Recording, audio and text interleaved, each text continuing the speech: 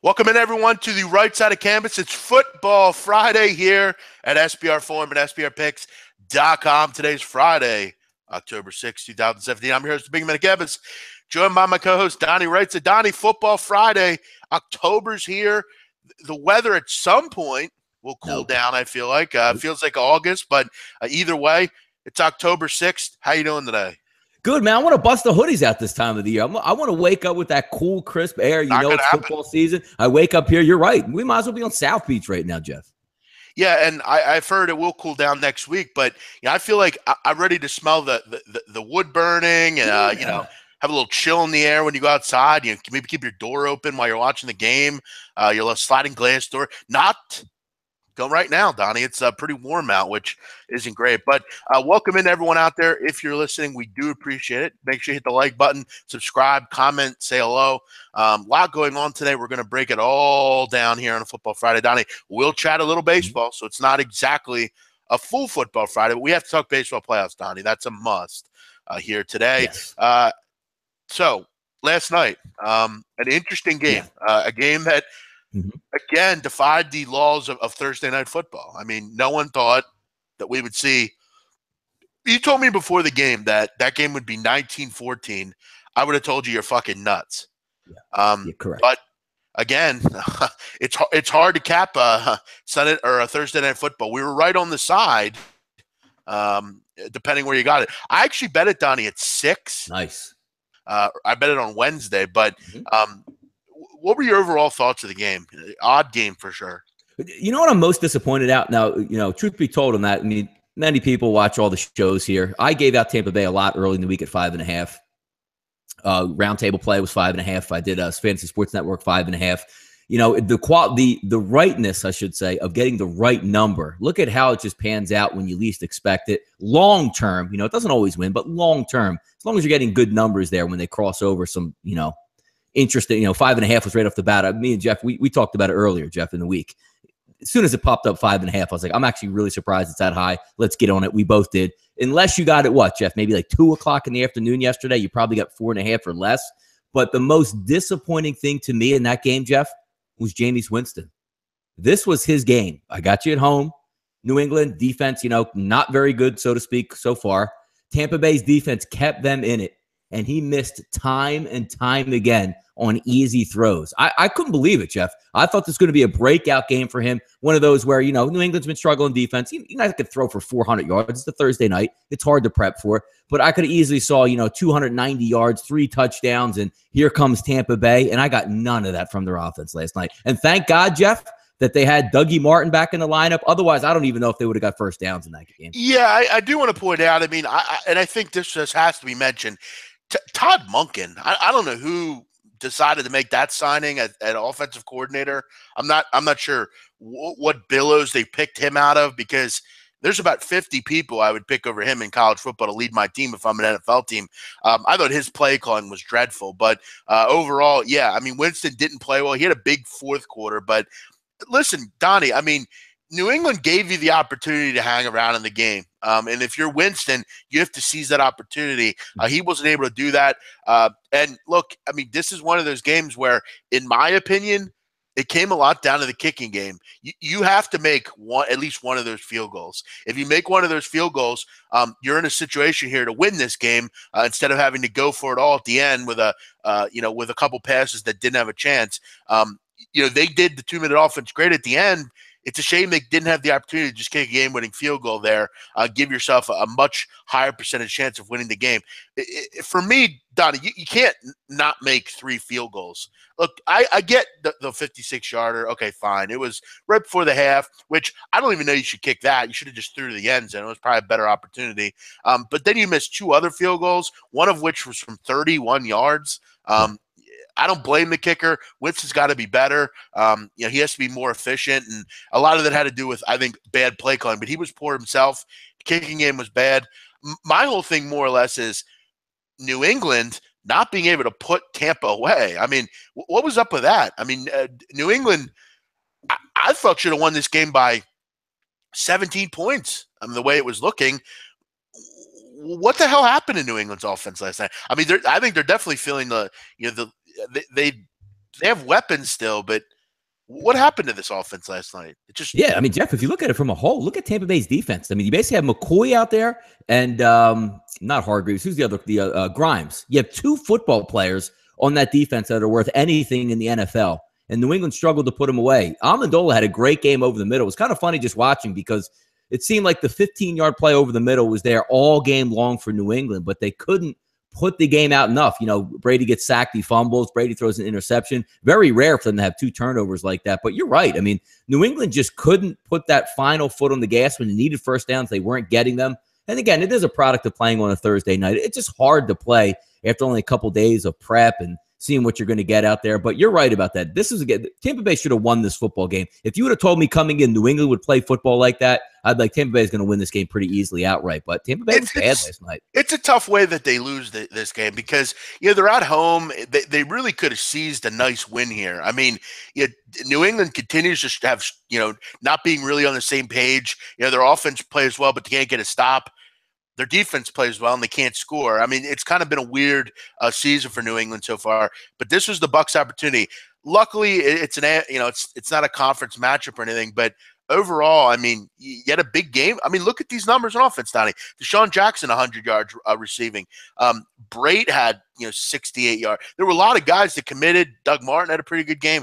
It's just I blame this solely, Donnie, on Winston's inability to be accurate, Monken's shit play calling for the most part, and most of all, Nick Falk. You have to make one of those kicks, Donnie. Yeah. I mean, no, you're right. You make one of those kicks, you put the pressure squarely back on New England. And it wasn't so much about the kicks, Jeff. It was the way the kicks looked. Like at the end of the half, they weren't even close. A Hail Mary kick. He missed by like 20 yards to the right, and the 49-yarder, 51-yarder, whatever it was, to bring it within 2 scores. Wasn't even close. And then you get to the 31-yarder. It wasn't even close. No, I know. And that's the big thing. I mean, and we have to go back to the failure of this team at the kicking position is amazing. I mean, you can say what you want about Aguayo. I mean, I have to admit, I thought it was a little fast to release him. I give the kid a little bit more time. He is he's a rookie, young kid coming into the league.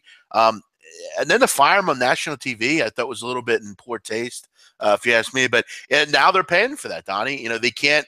The kicking problem is. I mean, it's Nick Falk's fired today. No, I mean he's got to be let go. I mean, I don't know if it'll be today, but he will. He'll be going this. I mean, in the next couple of days, it's got to happen. Yeah. But when it's squarely your fault that you lost the football game, primarily, you're going to get beat. And again, rewind the last week, Jeff misses a field goal, maybe 2 field goals.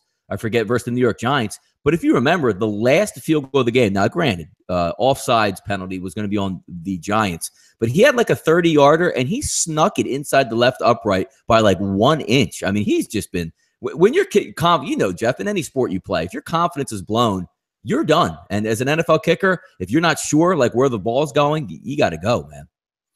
Yeah, it's amazing to me that there's not more effective kickers in the NFL. There's obviously – I mean, soccer is a breeding ground for kickers. I mean, you can't go over and offer a couple of those guys big money. I mean, I don't know. It's odd for sure. But my main concern last night was getting a cover, which we got. And then I needed Deshaun Jackson and Brandon Cooks to have big nights in fantasy, and they did. So I'll take it. No touchdowns from either of them, but they had, I think, 28 points come on. I'll take it as we move into the new fantasy week. I believe I'm facing Kyle Hamburg this week in fantasy. So looking forward to beating him. But Donnie, the over-under, dreadful. I don't think we were on the wrong side at all. If we like the over there, this was all undered up. Yeah, this one didn't have much of a chance here. For me, over-wise, I think a lot of us on the chat agreed, and many of us in general agreed over was the play. But I think with this Sunday night or the Thursday night football, Donnie, I'm noticing that when you have a side that looks too good to be true, it's been too good to be true. You look at that Rams under a couple weeks ago. Everyone was on the under, went way over. Last night, everyone on the over went way under. Yeah. I mean, they could have, 1914 is what, 33? So they would have, they could almost have combined their scores and barely went over. It's something I'm going to kind of key in on and maybe just fade the rest of the season, Donnie. Whatever looks too good to be true, just go the other way. Yeah, it was last night. It wasn't even a cap. 56 in the NFL is like almost 80 in college football. And I know those numbers go over, but my whole breakdown of that was if you had one drive that took 8 minutes and you got a field goal out of it, the over was cooked. And that's exactly what happened. If this was maybe a Sunday night game, Gronk played, everybody was healthy, you had 5-6 days of preparation on offense, to go into this football game on a Thursday night and have a 56.5, I just thought it was comical. And I took the under just on principle that every single thing in that football game had to go right to hit a 56.5. If one thing went wrong in that game, which 20 things went wrong, it was one of the easiest non-sweats I've ever had. I wish I had more money on it, but if you took over 56.5 on a Thursday night game, that's just comical. Yeah, I don't know that it's comical, Donnie. I mean, I think it was like a top 5 all-time over, though, Jeff. 56.5 closing out. Yeah. Again, I mean, I guess we could see the thinking pattern behind the number. You have 2 really good offenses, 2 limited defenses. Yeah, I mean, most of the people got on that total. By the way, Donnie, wanted to ask you. Interesting exchange last night on the closing line. Everything okay? I think Teddy was upset that I cleaned them up on the page for taking the Patriots, or excuse me, taking Tampa Bay with the points and the under. I think I got, Yeah, a little bit of an odd exchange, I noticed. I didn't know if there was a bad blood there, but Thursdays are bad blood Thursdays. I mean, that's going to be a sticking point every time. We're going to go head to head. We're going to pick out games that don't make any sense and go head to head. I said on the chat last night, Donnie, that I felt that it was 2 hard-headed guys that are very sold in their opinions. I know you're a hard-headed guy for sure. Makes for good TV. Yeah, it just there's never really a decision made one way or the other. But fun stuff nonetheless, Donnie. I hope everything's okay. As far as in college football, by the way, Melvin's mentioning he loved our impressions. Many love the impressions we did. We might bust one or two out here at the end. Overall, NC State, though, gets the chicken, Donnie. Easy winner last night for NC State. We had mentioned all week we loved Wolfpack in this spot. It was totally – look, Louisville stinks. They're overrated. I mean, let's be real here. They have one good player, and what Dave Doran did was pretty fantastic. Really just keyed in on Lamar Jackson, made it difficult for anyone to do anything else. And this NC State team is legitimate, Donnie. I mean, they have a legitimate front line. Their front seven is fantastic. Finley is – you got to wonder at this point, is Boise State kind of annoyed that they let this guy go? Finley has been fantastic for them. But we talked about it, Jeff. Like, the line opens up at 1 and quickly goes to 4 in favor of Louisville. And I'm sort of sitting here scratching my head going, I don't know if we watch the same Louisville teams, which is basically, if you don't have any athletes, Lamar Jackson is going to run wild and beat you. If you have good athletes, you can keep him in check and beat him. I didn't understand the line go to 4. We talked about, said, Jeff, it's more likely to go back to 3 than it is maybe 5.5. It did do that. And you were never, like, watching that football game, had both the NFL game and the college football game on. I never got the notion that, Louisville was either going to, win the football game or was the better team in that game. It was just, can Lamar Jackson make a couple plays and hopefully he can be Superman and carry us to victory? Team. I know you say, oh, well, they beat Florida State. Florida State stinks. And, they lost to South Carolina. But that's a really good overall football team. And I didn't see them. I didn't understand the -4 points that it was most of the week. Yeah, I mean, a tough home atmosphere there. You knew those kids. Yeah. I mean, that's one of the bigger games in NC State football in a long time. I actually heard a report from the sideline reporter, the very beautiful Laura Rutledge, by the way. I want to point that out. One of my favorites. She made a comment about the student athletes, their professors were now saying good game to them after games, and that has never happened. They were always kind of, just a random, football team. No one really gave anyone any love. But I think the NC State, program and the school is kind of getting behind the team a little bit. They're starting to see that this team's pretty damn good. And Finley was great. Neem Hines was fantastic. Jalen Samuels did his thing as well. Just a really patented effort from the Wolfpack last night. They get it done. They hit the money line. Nice, a little juicy underdog there. Kyle Hamburg on fire today, and he's actually presenting an interesting topic, Donnie. Show your face Fridays here at SBR Forum. I agree with him. I think more people on this chat should show their face. We don't see many of these. We should start putting people like, you have like the M, the Q out there, just the no name. I think we should start banning people, Jeff, unless they show their face. I don't disagree. I think everyone should have a patented photo beside their picture showing what they look like. You should have your license. You should have your license up as your little picture right there, so we know who you are at all times. Make sure Social Security number's on there as well. That would be interesting, though. I doubt we'll ever have that happen because most people, for some reason, want to remain anonymous. But when they win, they want everyone to know who they are. Interestingly enough. Eddie Abreu as Warrens. Okay, that's no problem. I understand that that thought pattern there. I use my real name, says Conrado. Okay, well, yeah. I mean, I guess that's true. But how do we know that's your real name? And is she related? Is he related to Jessica? I mean, there's a lot of questions we have out there. Good point. Good-looking woman, by the way. Kyle Hamburg. Let's put it on Twitter. Have no face to talk to. Yeah. Yeah, true. Yeah, well, again, I'm not going to comment on whatever. Let's just move on from this. This is a problem that most people have on the internet. They don't want to be who they really are. They just are. You could be anybody you want, Jeff. You could be anybody you want. Great point. You can stand up and yell "Recco" all you want. Be anybody you want. The internet, a place truly where you can have your wildest dreams come true. Don't worry about Disneyland, Donnie. Twitter is the place. By the way, speaking of communication, AIM is going away. I didn't even know it was still around. AOL Instant Messenger is taking the doors and closing them, Donnie.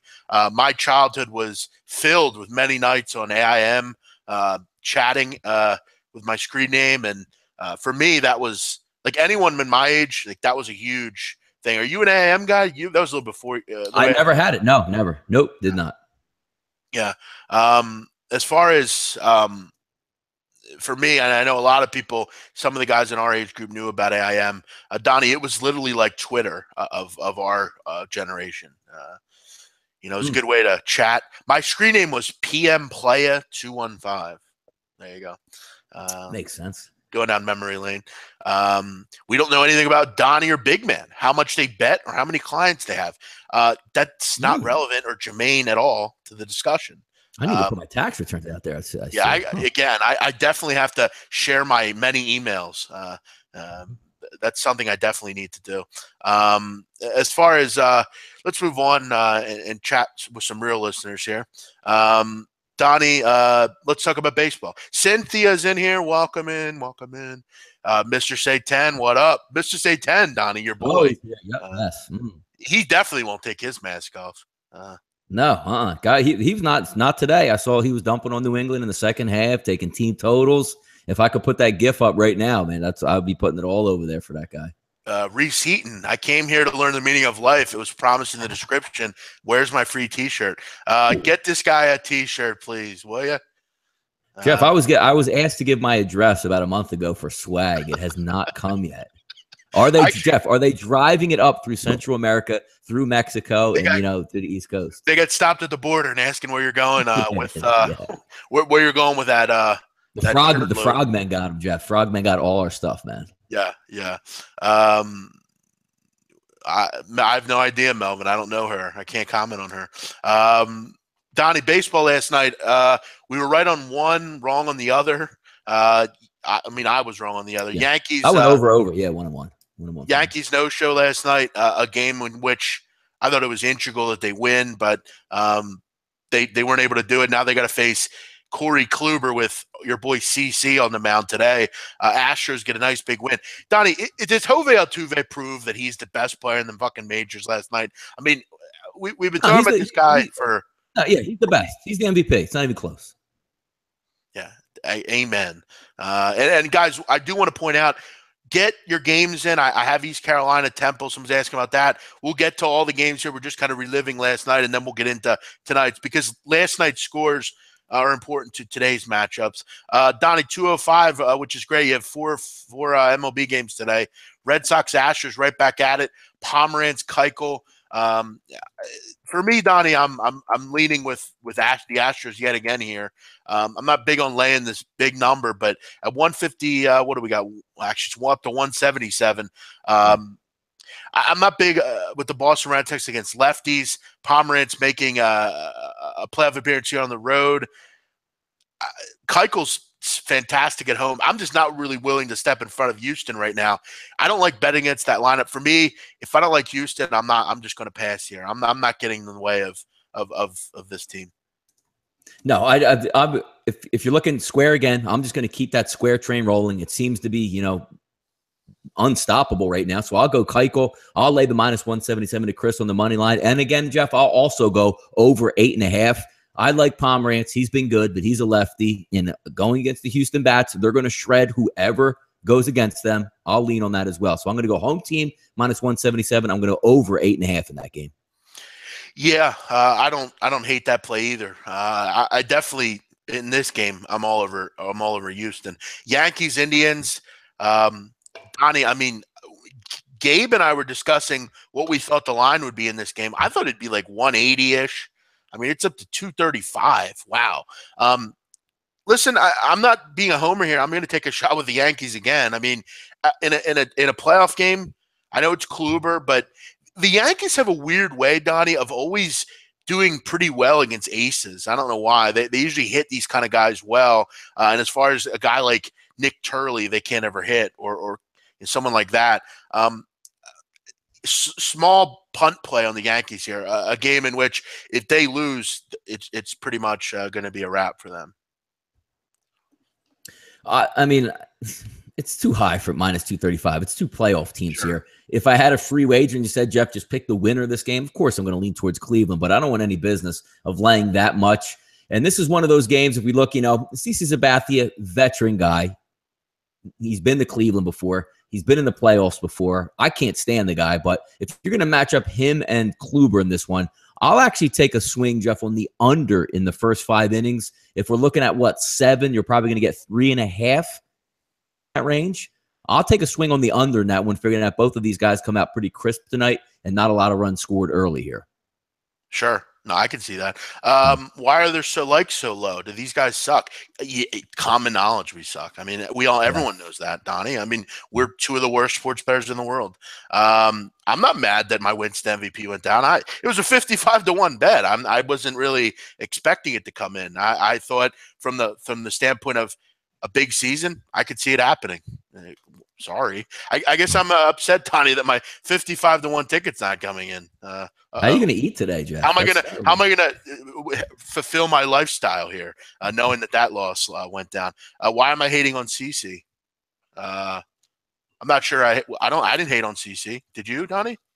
I always hate on CC. You hate CC. That's a but I'm not hating him today, though. Yeah, I'm not hating him today, but I do hate him in general. Yeah. You think he pitches pretty well here against his old club? Yes, I think he comes out. I think he spins it a little bit, Jeff. I could see him, 1 run over 5 innings. I can see it tonight. I can. Yeah, also, Cynthia, do not take Mr. Say-10's comment about us. He just is mad because he didn't get his coffee mug yet. So he's bashing the show here. Eddie Abreu, BMOC, what's your preseason lock? Yes, I want to discuss that, actually, with the listeners here. People were hitting me up yesterday asking me what my NBA system is. First of all, I can't give out the games until about, Donnie, as you know, 10 minutes before the games start. It's a finely tuned system. And as the season approaches, I will give that out and what it is. Okay. So there we go. Donnie, as you know, though, the system a very stand pat and pointed. That's correct. Pointed the right way. Cubs Nationals. Where are you going here, Donnie? You got 157, 7.5. I kind of like the under here. Both pitchers have been absolutely fantastic lately. You know about the Cubs against righties, not a great lineup against righties. Bullpens have improved for the most part with these teams. I got a feeling this is a lower scoring 3-2 type of game. Yeah, no, I could see that. I certainly can. And I would lean again. I'll go chalk here. And it's not a bad price. I mean, if you're looking at BetOnline, 152, Sportsbook.com, 150, Chris, 157. I know it opened a little bit higher, but again, I'll lean on the home team in this with Strasburg and go with them. I like that. I'm assuming it's a 7:30 start. Obviously, I don't know what the lineup is, but I'm going to assume they're going to be full go for a while, obviously on both teams. But Washington's lineup 1 through 8, when they're all in there, it's pretty tough out. I'll lean on Strasburg at home here, and that's not a bad price if you're laying about 150 here. Good point. Yankees ahead of schedule making the playoffs. Great point. I mean, you're right. But as many fans know, when you get to the playoffs, it's like, well, hey, let's try to win some games here.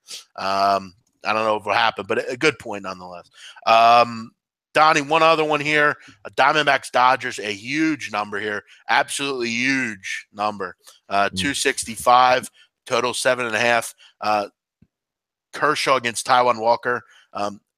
Not exactly the guy I'd want going here if I'm the Diamondbacks. I think the Dodgers, Donnie, as we know, most of the year were a fantastic run line bet at home. That is the way I'd be looking here. Yeah, no, I don't have much on this again. A really high number, but I'm going to take, I mean, the old adage, Jeff, well, Kershaw, he stinks in the playoffs. I try not to, use that into my equation because, new year. The only one I would use is if you've never pitched in the playoffs. You might have your routine a little bit messed up. He's pitched in the playoffs. I don't think it's going to be a carryover effect. I still think the Dodgers are amazing. They have a great bullpen, great lineup when they're healthy. I can't go away from it. I wouldn't take a run line wager in this one. And the 7.5, I actually can see myself, Jeff, the Dodgers putting up 5 to 6 runs themselves in this game. So I'm actually going to lean on the over 7.7. Looks like you can get over 7 minus 125, but roughly the line 7.5. I'll lean over 7.5 with the heavy lifting here, Jeff, done by the Dodgers. Yeah, agree with you on that. I think they're good for 5, maybe like a 5-3 type of game, 6-2, something like that. I think he gets up and over the total as well. Where's Pee Wee Playhouse? I don't know where he's at today. I haven't heard from him yet. I think he's still asleep. The Playhouse wore him out last night. I don't know where he is, Ian Cameron. Donnie, have you seen that picture circulating around yet? No, I need to get a hold of that.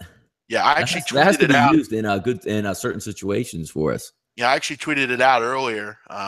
It was really well done by the guy that did it. I mean, one of the better little GIF meme kind of things I've seen. Good work by that listener Jesse. Talking about the Pee Wee Playhouse. Donnie, let's get into the meat of the show. Let's talk a little college football here. Yes. And go down. Feel free, guys, to send in any games. We're actually no, I have the pick. It's right on my Twitter. I tweeted it out about 48 minutes ago to Gabriel Morency. As far as Donnie, let's go down the rabbit hole. ECU Temple in a big-time AAC matchup in South Philadelphia. Standing got word down there at ECU. Standing room only. Yes, correct. Wait, I thought it was it's a Temple. I thought it was a Temple. No, ECU. Look at home. Does Eastern Carolina play every game at home? Seems like every game they play at home. Must be. Last week, you had the sun out. It was a perfect time. The coach was feeling good. They got rocked. Yeah. I mean, if you're Jeff Collins here and your offense can't move the ball against this team, I mean, what do you? Yeah, what do you really say? I mean, it's time to go back to Adazio if that happens. Sure. Pluck someone off the street to be the coach. I mean, East Carolina is giving up 50.6 points a game.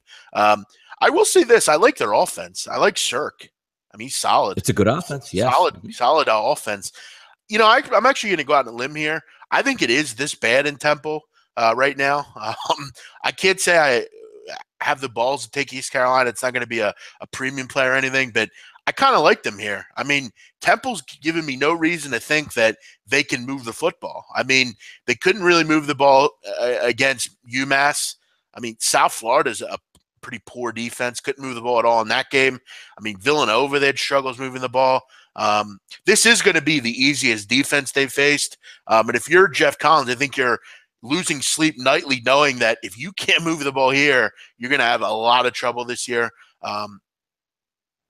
But then again, can I feel comfortable grabbing the points with East Carolina? To me, it's a pass. I can make cases for both sides.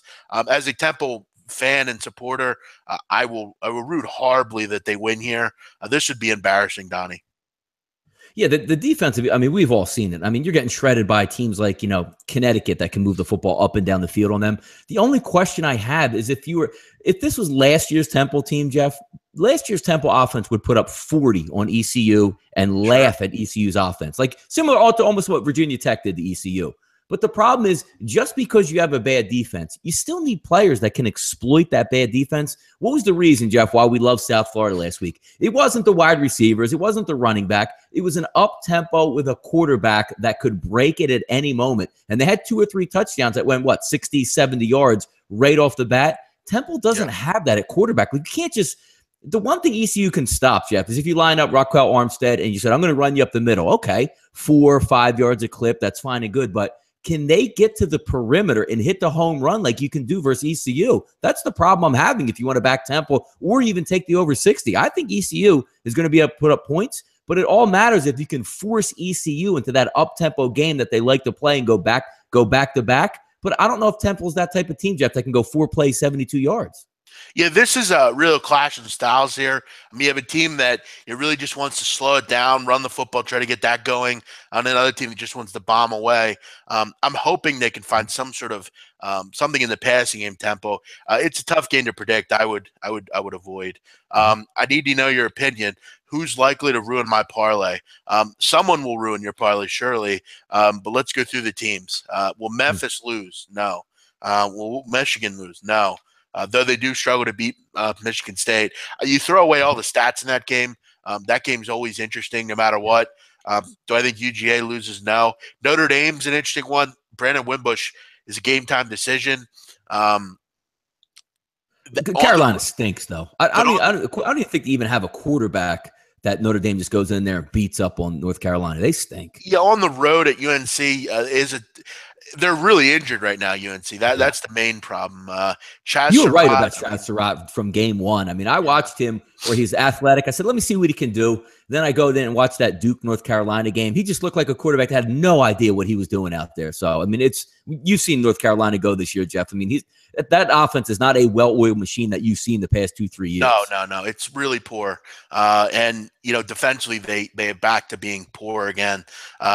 Pitt, Syracuse, I mean, it's hard to not look over. Syracuse had a little trouble moving the football as good as I thought. I thought last week the over in that NC State game looked really good. I mean, I think it got to 59, but it wasn't able to get up and over. This game last year, Donnie, 76-61. It was the highest scoring game I've ever seen. As far as this one, it's hard to not go over. I mean, Max Brown got it going last week against Rice. Shouldn't have any problem moving the ball against Syracuse either. I think this one goes back and forth, typical old school Big East kind of matchup. Very short and sweet here. I'd look over. I know I don't really look much into what they did last year, but it's hard to think that this one's low scoring. And in college, usually, if it looks too good to be true, it normally isn't. It's normally good to just go with it. You would agree with that, Donnie, right? Yeah, no, if I'm leaning anything in this game, it's going to be over. Syracuse in the over, just the way they play. Again, Jeff, you talk about swings at the plate, how many chances you have. No matter what happens in the game, Syracuse is going to go 100 miles an hour and throw the football, which is going to give Pitt more of a chance to score also. Can you see the game, Jeff, ending up, 38-31? I can see that. Oh, sure. I could see it being 48-41, yeah. Texas Tech, Kansas. I do want to make a disclaimer. Nick Shimonek, the quarterback at Texas Tech, might be the stupidest human being in college football as far as – Yeah, why did you say – I didn't watch the game last week. What was the – give me some of the reasoning behind that. Because he doesn't know that you can run with the football. He just stands there and gets hit. It's like, dude, you can throw the ball away, but you can also run as well. It's like Texas Tech is just numb to knowing that they can run the football. And I know they don't do it. That's not their thing. But if you're the quarterback, it's like he doesn't know that he can grab the ball and start running with his feet. He just stands there and gets nailed every time. There were so many opportunities against Oklahoma State where he could have just ran to get a first down because they're playing they're playing the cover 2 or something where he just gets sacked. I mean, the Russian 3 gets sacked. I mean, he has to be smarter than that. I know they don't run the ball really at all. They don't really teach their people to run, but I mean, you can go out of the pocket a little bit. Mahomes did it. You can do it. Don't worry about it there, Nick Shimonek. In this game, though, against Kansas, I think this is your typical Big 12 firefight here, Donnie. Back and forth. Kansas is horrible defensively, and they can actually move the ball this year. Texas Tech, I think, was a major facade last week. They're horrible on defense. They're not going to they're not going to do some transformation and all of a sudden be good defensively. I would go over there. What's the total in that game, Don? I can't seem to find it. So I got 79.5 right now. Opened up at Pinnacle at 81. Yeah, that's high. I mean, it really is. They can't do 2 straight weeks, Donnie, of unders with 80-point games, can they? That can't happen. The one good wideout for Texas Tech is going to be out, but as we always say in boxing, Jeff, styles make fights. and styles make this game an over because they're both going to go passing the football and go 100 miles an hour. The one thing I always like about this, hey, three and out this. When these teams, Jeff, three and out each other, it's literally like 18 seconds off the clock in a punt. I'll say this, and this is just my opinion. I like Kansas in this game. I really do. I think this is a good spot for the Jayhawks. I think they're better than they've been in the past. They're at home here. And one thing that I do like your point there, Donnie, Kuti, the receiver, out. Yes. Mm-hmm. In the second half, Shimanek really struggled without him in the football game. The receivers just – it didn't seem like they were on the same page. That really hurt scoring. And for that reason, knowing that, now that I see that, that would be something that would concern me with the total. I think Kansas is the play in this game. I think this is too many points. I think Texas Tech's a little overvalued in this spot, especially on the road. I think Kansas will hang around in this game. Donnie, one thing I've noticed a lot this year, you've seen a lot of big numbers for teams that I don't know that should be laying big numbers. USC has laid 17 a couple different times this year. Didn't cover any of them. You've seen a couple of these teams. Last week, Wisconsin was laying a big number. I've noticed that these kind of middle, 14 to 20 point favorites, they're not getting the job done. This is just too many points. I don't think Texas Tech is ready to lay this kind of number. I don't think even with Mahomes they were looking to lay this number because they can't get any stops. You're going into career suicide if you're going on the road and laying 16 points with a team like Texas Tech. It's just not a smart idea. I would look Kansas here. It's actually opened my eyes. Great call. As far as tonight, yes, we'll get to tonight's games, just kind of going rapid fire. Duke, Virginia. This is a really interesting line, Donnie. You and I talked about this game, I believe, Sunday night. It was one of the first lines that I asked you about. This looks like a Virginia line, Donnie. I think a lot of people will say, Duke can't lose two straight. Virginia sucks. Virginia is a pretty decent football team. They went on the road, had a really nice win. They've had a bye to really get prepared for Duke. Donnie, does this not look like a Virginia line here? Yeah, the reverse line movement is really nice in that game. I actually look, if you're going to take a side, I take the side out of this. I actually would look under 52.5. Seeing what Duke does, They play good defense.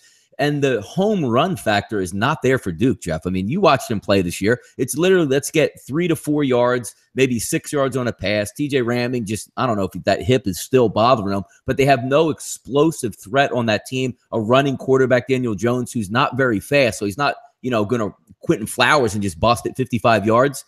And the same way I look at, a Bronco Mendenhall type team. I mean, can they get to a higher scoring game? They put it on Boise, but I think they're ground and pound. We're going to play good, sound football. I can see this game staying under the total in the 40s somewhere.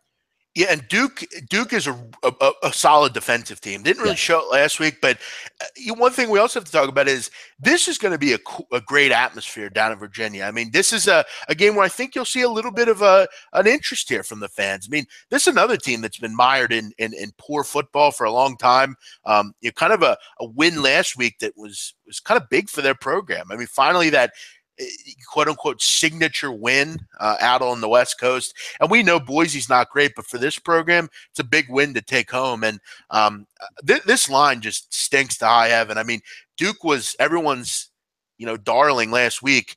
Losing to Miami is no great shakes, Donnie. That's what you would call a good loss. For me, this one smells. Wouldn't be surprised to see Vandy or Virginia get another big win here. But Duke and Cutcliffe are great against the number. It's hard to do that for either side. Let's keep it going here, Donnie. Arkansas, South Carolina, someone's asking about. One thing I will say about Arkansas is can I ask, and I know I'm a bigger guy, so I don't have much room to talk, but I can talk about famous people. What size hoodie does Bielema wear? I mean, it's gigantic. I mean, you could literally house a family in there. I saw a funny tweet, Donnie. Did Brett Bielema eat the coach that was at Wisconsin? And now he's the new Brett Bielema? Arkansas going on the road here at South Carolina. Gamecock country is always tough to go to, but I think this team, Donnie, really has felt the effects of Debo Samuel going out. I think this has really just crushed this football team. I don't say one player affects the team, but really ever since he went out, Jake Bentley has struggled. He was a huge loss for them. I mean, it's similar to losing who I'm trying to remember, Donnie. We were talking about this recently. With Arizona with David Johnson. Right. That's what I'm going to say. Like, well, I mean, just When because you lose your best player, Jeff, it means nothing. Yeah, right. Well, according to certain people, that would be true. Yeah, in this case, South Carolina is already a team that has struggled to score. I mean, last week it looks really, too easy, Jeff. Game looks too easy. Honest to God, like if you're build me a case for South Carolina right here. Besides saying 92% of the public are on Arkansas, I can't even make a case because you have to Arkansas for one thing we know, Jeff. They're going to score points. Whether or not they play a good defense, Arkansas is good for probably, somewhere in the mid-20s, just rolling their helmet out there. South Carolina going to keep up with them with who? Yeah, I actually, you say to make a case. I'm not sure I can. The only thing they have going here is they're at home. They're known to have a good defense, but I think that's questionable. In a game like this, a toss-up, Arkansas hasn't showed me too much. I mean, I guess it was impressive that they kind of were able to get into a shootout, but they weren't able to win that game against Texas A&M. It was a loss that I think you probably should have won. You got crushed by TCU at home. You did beat New Mexico State. You got the job done there, kind of rolled. Yeah, I can't make a case. I like Austin Allen. I like their run game there. Big road graders up front. Yeah, I can't make a case for South Carolina. Sorry. Debo Samuel going out really hurt this football team. And it's a shame because I liked the cohesiveness between the two. By the way, Donnie, do want to discuss this.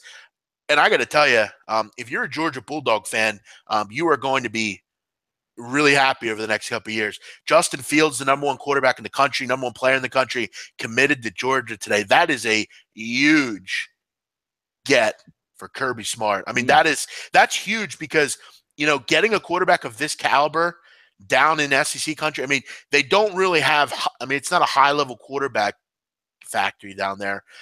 You get him. I mean, Florida State, Alabama, LSU, all of those were in the mix. He was actually committed to Penn State, I believe, at one point, but a hell of a get for Kirby Smart and crew, Donnie. Georgia football is really back. It's going to be interesting to see how they use him going forward. Couple more here, Donnie. Navy, Air Force. You talked about this one a couple different times, I remember. I think Air Force really struggles in this football game. Navy wants to win that Commander-in-Chief trophy this year. Their offense is humming right now. AB is really, kind of taken this offense and made it his offense. This is what we see at Navy. These guys step in and they command the offense. It's obviously integral to the option, being able to run it cohesively. And they've done it without Daryl Bonner. He's been injured. Is he back this week? I know it says questionable all week there. Leg injuries is all I got from it. Yeah, as you know, Don, I watched the Navy football documentary they do, and he wasn't involved much this week. I didn't see him out there. Yeah. I would think he'd be back. I mean, the injury's not bad. He was able to run around and stuff. I guess they're just kind of precautionary. They have so many options there, but I don't see any way that Air Force goes on the road. Air Force really struggles on the road against teams like this. Last week, they had a major problem with New Mexico. A game we gave out to you free here on the show. New Mexico, real easy winner there as a dog. Navy just wins and covers, Donnie. They win every game by double digits. It's just kind of what they do at the Naval Academy. Yeah, and also Air Force on the road last week going to New Mexico, which is a nice long trip. They got shatter bombed down there. Fly back to Air Force, now fly all the way to the East Coast to play Navy, another running football team. We had it last week, Jeff, as well. Navy and Tulsa. Couldn't figure out why the line even opened up at 3.5. Still liked it at 7. Figured they'd beat them by 10 or more, which they did. 31-21 final. Now coming home playing Air Force. Air Force is a good football team, but they don't present anything that can, I don't want to say put Navy in danger, because a lot of times with service academies, Jeff, if you have a real athletic offense, if you can run and pass, they're a little bit deficient on the back end, safety and cornerback. But Air Force is one of the worst throwing teams in the country. The quarterback who, Wortham can move around and run, but he can't. He throws like a shot put out there. So I think it's advantage Navy. The line, actually opened up at 10, which was pretty surprising. They're back down to 7.5. Navy wins this game to me by 10, Jeff. I could say it. That's all they do. They always win every game by 10. That's like their go-to thing. I need to see a little bit more concerted effort from them. I mean, really kind of blow a team out. They struggled last week in the first half against Tulsa. He needs to command this team a little bit better. They've been on kind of all over the place, a lot of penalties and stuff, which is weird for this group. But they always seem to get it going second half and pull away. I agree with you. I think they're the play here at 7 and hook. Southern Miss on the road at San Antonio. Big move up for UTSA here, 12.5, a total of 50. Southern Miss is a team that Loose Cunt seems to ask about every week. I know I don't know if he's a fan or just likes them, but they're off that loss to North Texas, which I believe Loose Cunt. I could have sworn I told you North Texas is getting better, man. They have gotten better. Jeffrey Wilson, Mason Fine, good call, Donnie. I think they're a team. We talked quickly, Donnie. UTEP. I think they need to go a similar way to what North Texas has done. Kind of get that young coach. Might be tough for a year or two, but like Chad Morris did at SMU and UTEP. You got to do that at some point. It's time to move on if you're Rice and UTEP. I like UTSA's defense. Southern Miss, I'm not a big fan of their quarterback situation. I kind of like the under. That's kind of jumped out to me in this game.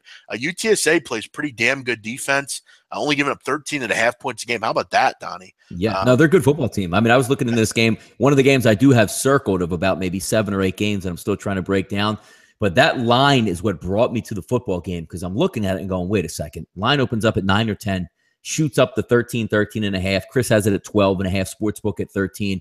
And if you break down the numbers, Jeff, the line doesn't really tell the whole story because you're saying to yourself, why would it be 13? Like Southern Miss can run the football. They have really good wide receivers. They have a good defense. Why would UTSA out of nowhere be, a double-digit favorite in that one? Well, I mean, a lot of factors come into that. Don't forget that UTSA is a healthy, good football team and coming off the bye, waiting for them at home in the Dome, which they've been a very good football team here. Right now, I would be leaning UTSA. I like the complete Dirt and Sturm at quarterback. They have a great running game. They have a really sound defense. That bodes well, especially when you're playing at home coming off a bye.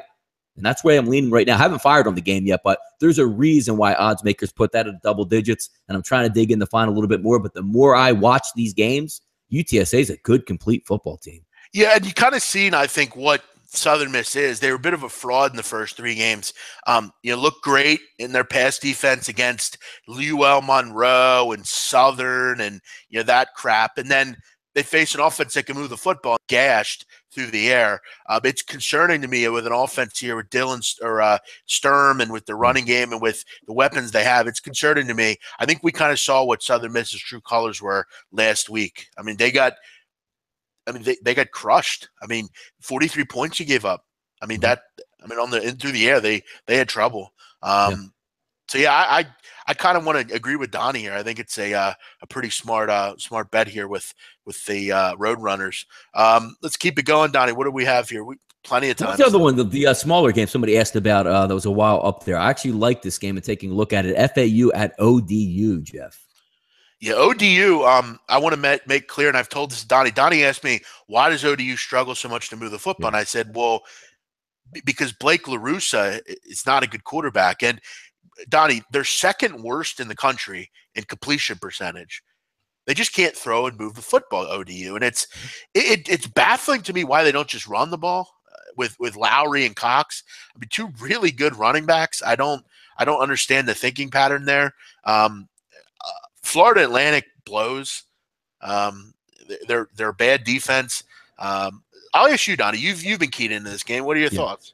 I actually, I'm trying to make a case for Florida Atlantic here. The one thing I don't like, you're right, about ODU, the more I look into it, what happened to that offense? And it could be as easy, Jeff, as what you said. David Washington was a great read option quarterback that had some weapons, and he could run around and throw the ball. Therefore, that team would move the football, was very efficient. Now you're going to come into this game. I think Lowry's out, so you're going to be down one of your top tailbacks coming in. You're going to lean on Cox at running back. But again, if you can't move, you're going to have to score to beat FAU. FAU is a little bit dinged up in that Buffalo game. I like to take that one out of the equation. They move the football at will, but their defense couldn't stop anybody. Middle linebackers back getting a little bit healthy. They rotate 4 running backs into the football game. The one thing I know coming into this, Jeff, is FAU is going to be able to score points. Over-under is 58. Can ODU keep up with them? And the more, like we talked about the previous weeks, it doesn't look like, that they can just move it. Because again, the athletes on the field, you could probably agree, Jeff, FAU's got the better athletes. How well coached they are is another question. But I know FAU's going to score points here. I don't know if ODU can. No, and even last year, they weren't like a runaway offense. I mean, they still struggled even last year to move the ball consistently. They felt that they could hang on a good defense, and now you got to go on the road and face a team that, like you said, Donnie, does have good, caliber players. I mean, they're high star recruits. In their head, are they, little? They have some trouble, sure, but the recruits, the players are better overall. So yeah, I agree with you there. It's hard to bet on either team. Both teams have problems. I like preface that by saying FAU at home, I like much, much better than FAU going on the road. The one thing it looks like they're going to catch a break for, though, Jeff, is they're coming up to the East Coast, which usually in October you might get that high 50s, low 60s with a nice crisp breeze. That's not going to be the case. So FAU is going to be right in their territory. We see with Miami, Jeff, coming up in like November where the temperature's like 55 and they all wear like swimsuits out there because they're freezing. Not the case in this game today. Yeah, listen, iRetro, take it easy. We told you we'll get to them. I mean, you just putting sirens and stuff, we'll get to them. He got our attention, Jeff. He did get our attention. That's pretty good work. Well, no, actually, he got my attention because Rich Banks said, "What's with the sirens?" And that got my attention because I agree. Do you really need to put sirens? I mean, we see it. We got you. Naeem, what's up, pal? We'll get to you for sure, pal. Take it easy.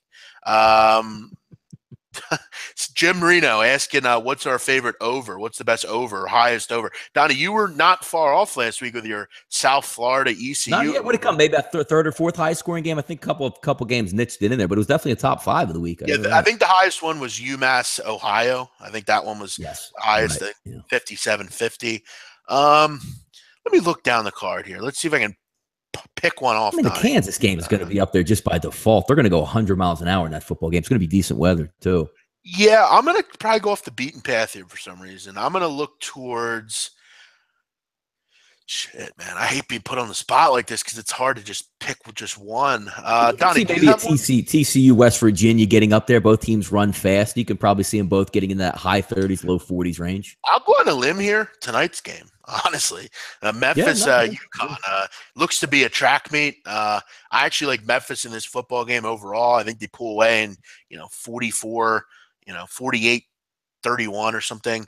I get a good number, 13.5. So I'm hoping it's just a two. I hope it's a 17-point win, no matter what the score is, and we get the job done. Washington State, Oregon's not a bad one. You could see one where you just kind of throw out the offense, throw out the defenses, and just go back and forth. Oregon in that game. I got to tell you, I saw that injury list for Oregon. I mean, we already know the quarterback was out, but that's a laundry list, man. You're looking at, and even if you're going to get your running back and you have a wide, I mean, Jeff, we've seen it how many times. Mark Walton last week comes in the game, gets nicked up. I mean, if you're a running back, you're built on speed and cuts. You play on turf, you're probably going to get hurt, within the first, 2 quarters if it's still banged up. Yeah, and people are asking, what's up with the move on Memphis? I mean, sorry, but I mean, I was on live yesterday. I told you if you liked it, 13.5 is a good number. You can't wait with stuff like this because now you're in a precarious situation with 15.5. Now they got to win by 3 touchdowns basically, or 17. Yeah, I like when you say that too. Like, let's just say you play devil's advocate with yourself, Jeff. It's 13.5 in that game, and you say I like Memphis, but I wanted to go lower. The point of it going to 13, 12, 12.5, or even 10, because we all know how great field goal kickers are in the college football. If that game goes over 14, you can't have that. But if that game dropped, Jeff, to 9.5, is it that big of a deal?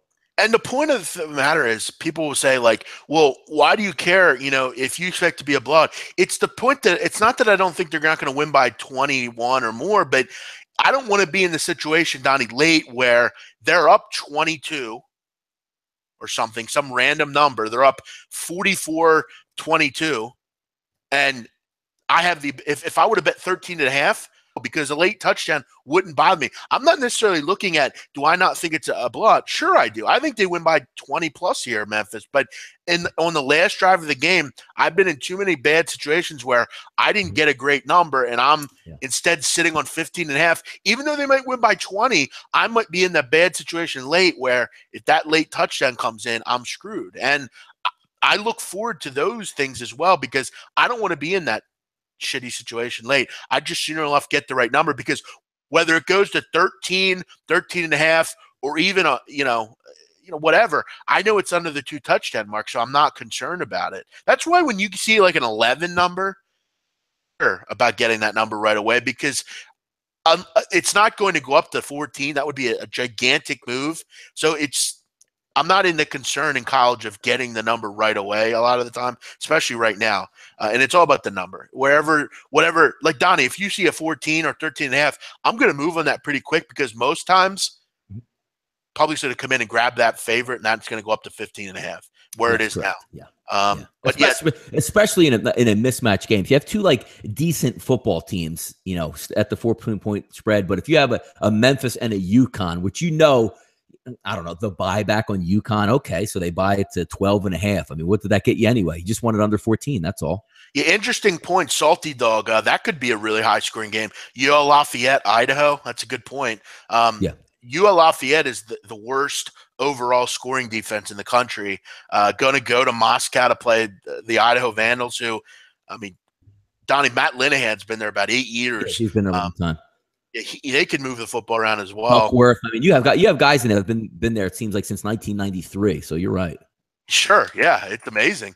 Let's get to the other game tonight. Yeah, so as far as Memphis, UConn, I mean, UConn, we have to make people aware they are not the same team they once were. They can't stop anyone. They're 12th in the country in offense. Yeah. So when we say, and to me, Donnie, I said this on the Bet Buffet yesterday, I think they're in a bit of an identity crisis right now, UConn. I don't think they have the personnel to do what they're doing.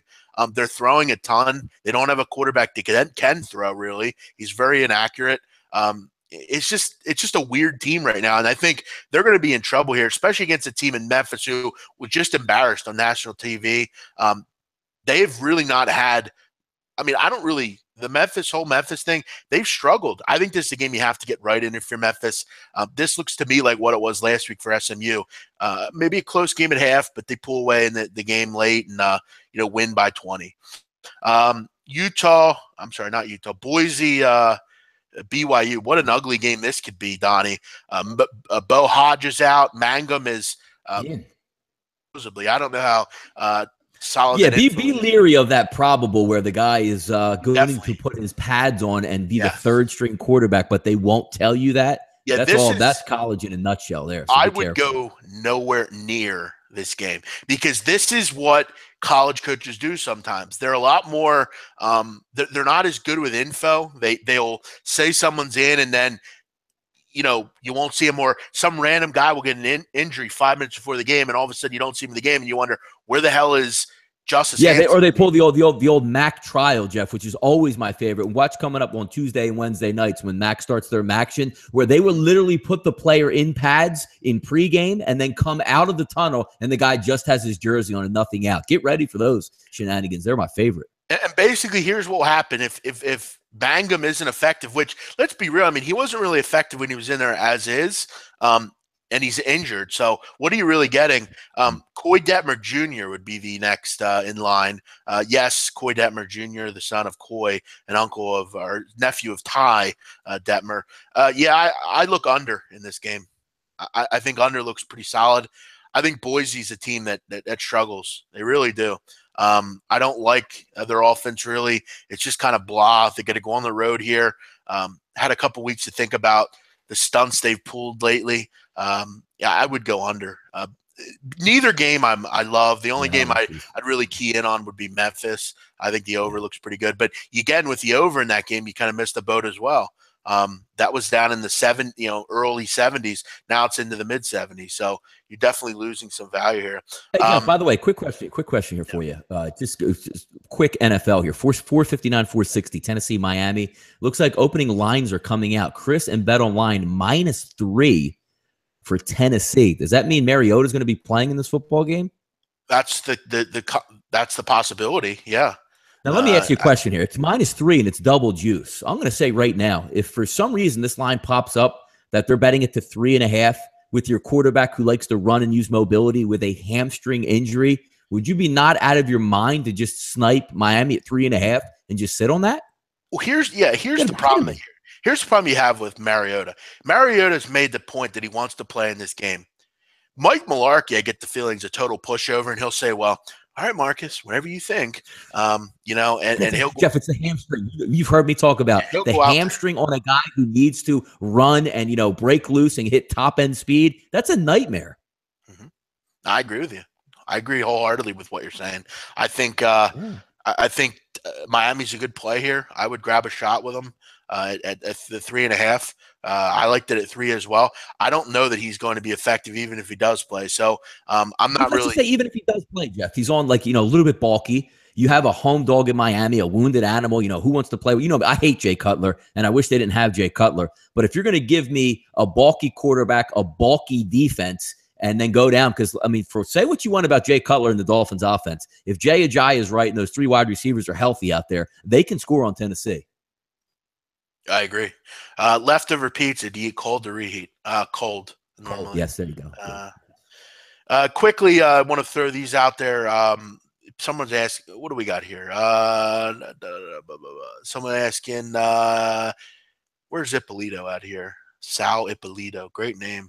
I actually am naming my first son Salvatore, so I like that name. Yes. I've already had my names picked out, Donnie. It's a great name, Sal, for a kid, man. You kidding me? Little boy Sal? That's cool. Little Sal, yeah. Little Sal. Come on. I'm naming him after the great turtle on Entourage.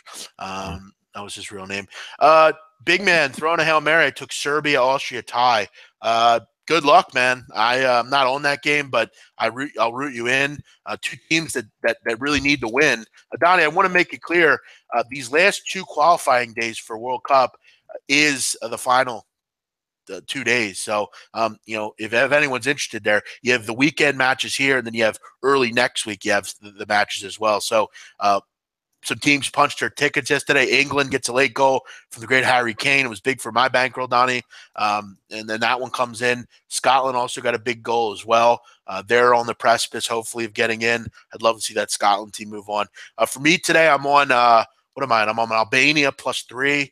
My home side, they're going today against Big Bad Spain, Donnie. I could look real stupid here, but I'm banking on the fact, Donnie, there is a government problem in Spain right now. You have people on the team that are Catalonian. They're unhappy. Gerard Piqué says he doesn't want to play anymore because of the government issues. A lot of problems right now. And the quotes coming out of Spain, Donnie, are, we got to start getting ready because we have a soccer game to play. Never good. Should still be able to beat Albania comfortably, but I'm not sure that we see a big bruising victory here. I'll take a shot with the Albanians. I'm also on Ireland in the under 3.5. Moldova's bad. They're not going to do anything in the way of scoring. I think Ireland, a team that only scored 9 goals in qualifying, they're not a side that's going to blow anyone out either. I think this is a 2-0 type of affair. Turkey, Iceland, an absolutely huge game in this group. Croatia is leading the pack, but these 2 are battling for number 2. This one is in Turkey. And if you talk, Donnie, about football fans throughout the world, Turkey might be the toughest place to go play in the world. It's an absolute cauldron. Iceland had their day in the sun. I think they go in here and get beat. Turkey needs this. I think they get it on a late St. Tucson goal. Give me Turkey at 1.9, basically almost minus 110. Those are my 3 plays today. Donnie, did you take anything I said there with a grain of salt? No, I actually wasn't paying attention, Jeff. I'm sorry. Okay. But you have to take Albania, right, Donnie? You have to just grab the 3. Come on, Jeff. That's an automatic for you anyway. That's just a sign of respect. Yes, surely. It's about respect. And someone was asking me, Donnie, how I get certain bets, because on regular American books, they don't have them. I'm using Bet365 and Betway. I have a Connect. He makes the bets for me. That's how I do it. For anyone curious. Thank you, DJ1 Mike. Tell me. It sounds good. Yes, Jim Rome, absolute cauldron. Good. Yeah, you like that, huh? Reading too many books. Donnie, taking a little flyer on Finland money line. You might as well just go grab your money and burn it. I think they hang around in that game, but to think they can win against Croatia, I can't back that one. Iceland super gritty. They know how to get things done. Yeah, that was again several years ago. Remember, this is a tough place to go and play. How does cashing out work? It doesn't work. It has to be done between different parties, Donnie. That's how I do it. Donnie, any other games you're looking at that you want to kind of wrap up here before the weekends in college football, NFL. We've literally went through a ton of games as we always do. What do you like? Yeah, you know, an interesting one. Somebody actually brought it up there. 361, 362, Jeff. Tulsa and Tulane. Tulane coming off a bye, playing Tulsa. You know, Chad President, a quarterback, more of a running team, an up-tempo running team than actually a passing team. Was trying to build a case, Jeff, here for the over because I saw the line dipping down. Chris opened up at 61.5, Pinnacle 59. It's now down in the mid-50s, 54.5, 55 at BetOnline. The problem I'm running into here, Jeff, is doing the research on that game. The hurricane, you know, whether or not how moderate it will be, it looks like it's going to go up towards the New Orleans area, which obviously, if you know your college football, Tulane is in New Orleans. They pushed the game up, Jeff, from 3 p.m. to 12 o'clock as a start. Now, there might be a little bit of rain and drizzle, but you look at the game, you say on its head, well, both of these teams don't really, you know, they're not aerial shows, so it shouldn't really impact them. It's not a grass field, it's on turf. But on one of these uncertainties, Jeff, like, does the winds kick up? Does the rain kick up early? Because that certainly would have an impact if it's bad, you know, 15, 20-mile-an-hour winds with rain blowing sideways. It doesn't matter if you run the football or do whatever. So I sort of backed off that game, but I didn't know if you had any interest in that one just because I'm looking at it saying, you know, both of the, you know, Tulane is up-tempo. I did some research on Tulsa and when they played teams like, you know, like the Navies of the world, and they forced Navy and the other teams up to have like 72, 73 plays a game, which is not what they want to do. And Tulane runs a little bit more of an up-tempo triple option account. So there will be enough plays to get that 55.5 to me. But that uncertainty with the weather patterns leaving me a little bit to be desired right now. Yeah. I told you on the show early in the week, I'm not crazy about laying points to Tulane right now. I think they're an improving football team, but I'm not crazy about laying a 4.5, 5-point number. Basically have to win by a touchdown. I'm not crazy about that. I don't like Tulsa defensively. They suck, but you know, can they get Tulane to play the type of football they want, and can Tulane get them to play? It's tough. They're off a bye. They have a pretty good defense. I'll tell you, Donnie, I'm not crazy about this one. The under is, I mean, this total is crashed. You're getting me to the point, Donnie, at 54.5. I almost want to take a punt on the over here. Yes. I'm trying to figure out what that actual weather pattern is because I know they moved it up, but more so, Jeff, from moving it up, though, you move it up because you want the teams to get out of town. You want the fans to get home because maybe the hurricane or the higher winds start at 5 or 6 o'clock. So you want everybody out of town in time. That's what I'm trying to weigh because if you give me what it says now at noon, light rain, 86 degrees and 13 miles an hour, that's not bad for two teams that'll run the rock and be able to do something. Same thing at 2 o'clock, still light rain, 15 miles an hour. So it's a little bit increasing. I'm trying to gauge how much that weather pattern is going to accept it because if you're just going to give a free 5 points and the weather's not that bad, they're going to get that total.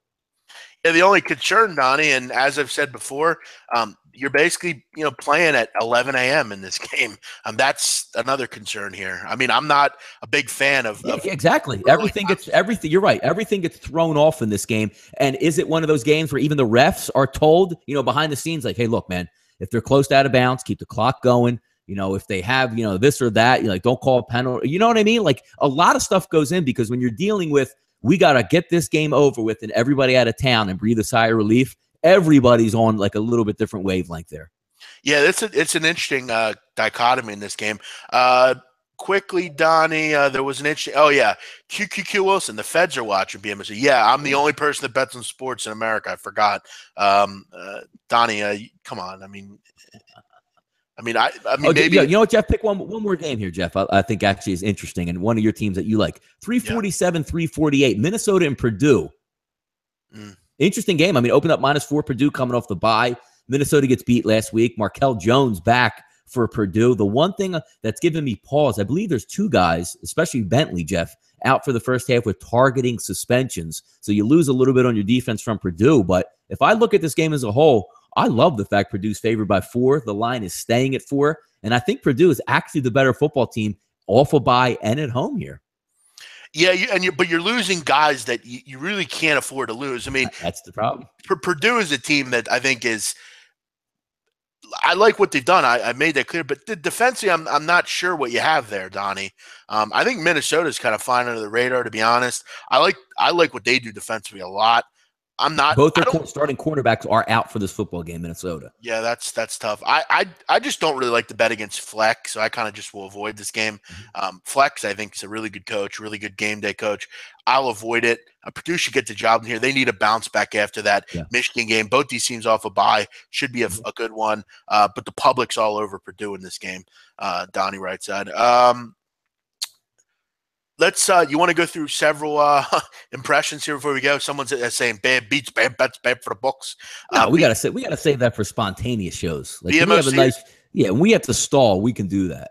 Yeah, BMOC is the Tony Soprano of betting as a surveillance fan. I look everywhere, honestly. Jeff, give him the keys. Just give him the keys to go check out the van out front. Just give him for the front door. Dude, one of the best scenes in season 6 is when Tony walks down to get the paper and the feds try to ambush him to get him to start ratting on, like, if he sees shit at the port. And he walks in and goes, he makes a derogatory comment towards the Polish maid and goes, tell that fucking maid to bring the goddamn paper up here every time she comes. It's not safe anymore. And Carmelo goes, what happened? And he just walks away. He just is annoyed. As far as that, I'm not really I'm a sports bet. We all do it here. No, I'm just saying, Donnie, it's people like hearing the bad beats, bad bets, bad for the books, Teddy. Come on, give us something here. Give us a little, not today. Shake, Spider. Now, Jeff, I gotta go. All right, come on. I gotta go. No. Really, I gotta go. Well, Teddy, I just want to get your opinion on this. One quick question before we get it. No. I just want this to be I don't want to talk about any more games. Just want this to be the end. I'm actually going to do one impression quick here. This is Joe Duffy from OffshoreInsiders.com telling you to visit me 10 a.m. on the tailgate party on Facebook Live and OffshoreInsiders.com. Our 3-star Wise Guy Play of the Year. We're 31-4-2. Join us at SBRForum.com on the tailgate party. This has been Joe Duffy from OffshoreInsiders.com. That's pretty good, man. You do have that dude down pretty good, man. that little voice, the Joe Duffy. Oh man, I got to do one more. Let's do one more. Let's go to the pimps, the players, the hustlers, the people that bossed them. This is the late night anger management course here at SBRForum.com. BM Babano, the Pee Wee playoffs is going to step up and in. Hey, look, looks like we already got a hater here. Get the guns out. You're gone. Fake Joe Lisi, you're gone. Fucking Connor Barth here. Not Connor Barth, Nick Folk. Fucking guy. Can't even fucking make a 31-yard kick. Join us tomorrow on the Fantasy Sports Network. GamesDayInsiders.com. Big man on campus will step up and in. Big man do Jimmy. What's up, tappers, gamblers, punters? What up, flutes? I took it in the old drink hole last night. The Dodgers, I laid the wood like Alex would. And I got saturated after Clayton Kershaw gave up 4 runs in the first. So, yes, the bag will not be eaten taquitos down in Costa Rica. I'm living on the street. What up, mama? I don't know. It's tough to do Jimmy the Bag because you got to get like the mannerisms down, the way he does things. It's tough. All right, Donnie. That's it for us. We're going to head out. Everyone enjoy your weekend. I'm off. I got no more shows until late tonight with Gabriel Morency on the late night anger management course. Donnie, you have the closing line here today at 6 o'clock Eastern. But we're back. I'm back tomorrow. Busy day at SBR. We got the show with Peter Loshik, which, by the way, Donnie, Peter and I are rolling in. We have both done very well with our plays early morning at at SBR on Saturday. So make sure you tune in for that. Always a great group of people in there. And we also, Donnie, will have our update show at about 5 o'clock Eastern. We'll go over the late night games in college football. Enjoy the games tonight, Donnie. Anything you want to press here? No, I got a lot of work to do in college football. I see a lot of these lines bounce around. Tulane, as we were talking, Jeff, just went up to 5.5 now, college football. So I'll be able to put that card out tonight. We'll have some fun this weekend. But yeah, looking forward to it. NFL action gets underway for us on Sunday. Nice weekend up here. We're going to have a lot to offer at SBR. And again, check out what Jeff's got going on tomorrow with Peter Loshak as well. Great show. Get you ready for a full day of Saturday. And you pop on a little bit later in the afternoon, Jeff, also tomorrow with Drew, correct? Yeah, we do a little update show about 5 o'clock. We, because most of the Bet Buffet games we did are early games, so we'll go through those, and yeah, it'll be fun. Late night, early afternoon, or late afternoon, early evening, about 5 o'clock. We'll go over those as well. So yeah, tune in. We're back next week, as always, with another week of football. Donnie will be back on Sunday Sunday. Donnie, weekends are huge here at SBR Forum. I mean, you gotta be here for everything we got going on. It's fun. We'll see you all over the weekend. Everyone have a great Friday night. Enjoy the baseball, everything going on. We're out. Bye-bye.